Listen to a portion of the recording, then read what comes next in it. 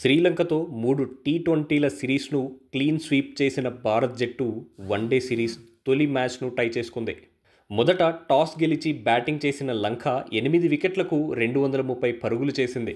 వెళ్లలాగే 65 బంతుల్లో 67, నిశాంక 75 బంతుల్లో 56 పరుగులతో రాణించారు. అక్షర్ పటేల్ 2, అక్షర్దీప్ సింగ్ 2, కుల్దీప్ 1 వికెట్తో ప్రత్యర్థిని కట్టడి చేశారు.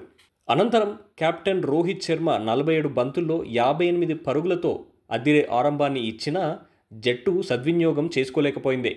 స్పిన్నర్లు హసరంగా 3, హసలంక 3 వెళ్లలాగే 2 వికెట్లతో విజృంభించడంతో భారత్ 47.5 ఓవర్లతో సరిగ్గా 230 పరుగులకు ఆలౌట్ అయింది.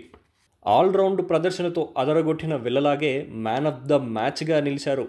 రెండో వన్డే ఆదివారం జరగనుంది.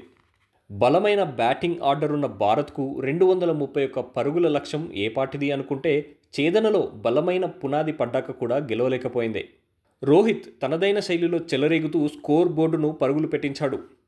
హిట్మెన్ దాటికి శ్రీలంక ప్లేయర్లు తాళలేకపోయారు.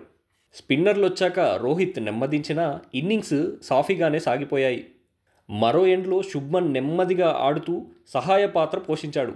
అయితే వెళ్లలాగే వరుస ఓవర్లతో శుభ్మన్ రోహిత్లను అవుట్ చేసి భారత్ను దెబ్బకొట్టాడు.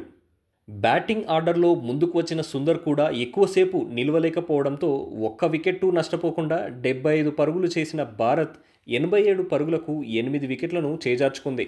ఈ దశలో కోహ్లీ 24, శ్రేయస్ 23 పరుగులతో ఇన్నింగ్స్ను కుదుటపరిచే ప్రయత్నం చేశారు.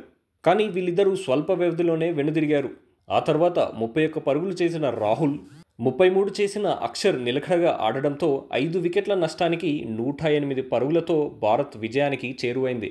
ఇక తేలిగ్గానే గెలిచేస్తుందనుకుంటే క్రీజులో బాగా కుదురుకున్న బ్యాటర్లు అవుట్ అయిపోయారు. ఈ దశలో దూబే పోరాడి జట్టుకు విజయాన్ని చేరువ చేశాడు. 2 వికెట్లు చేతిలో ఉండగా 47.3 ఓవర్లకు స్కోర్ సమానమైంది. దూబే క్రీజులో ఉండడంతో విజయం లాంఛనమే అనిపించింది. కానీ హసలంక వరుస బంతులతో దూబే, హర్షదీప్ల వికెట్లను తీసి భారత్ విజయాన్ని అడ్డుకున్నాడు. తన జట్టును ఓటమి నుంచి తప్పించాడు.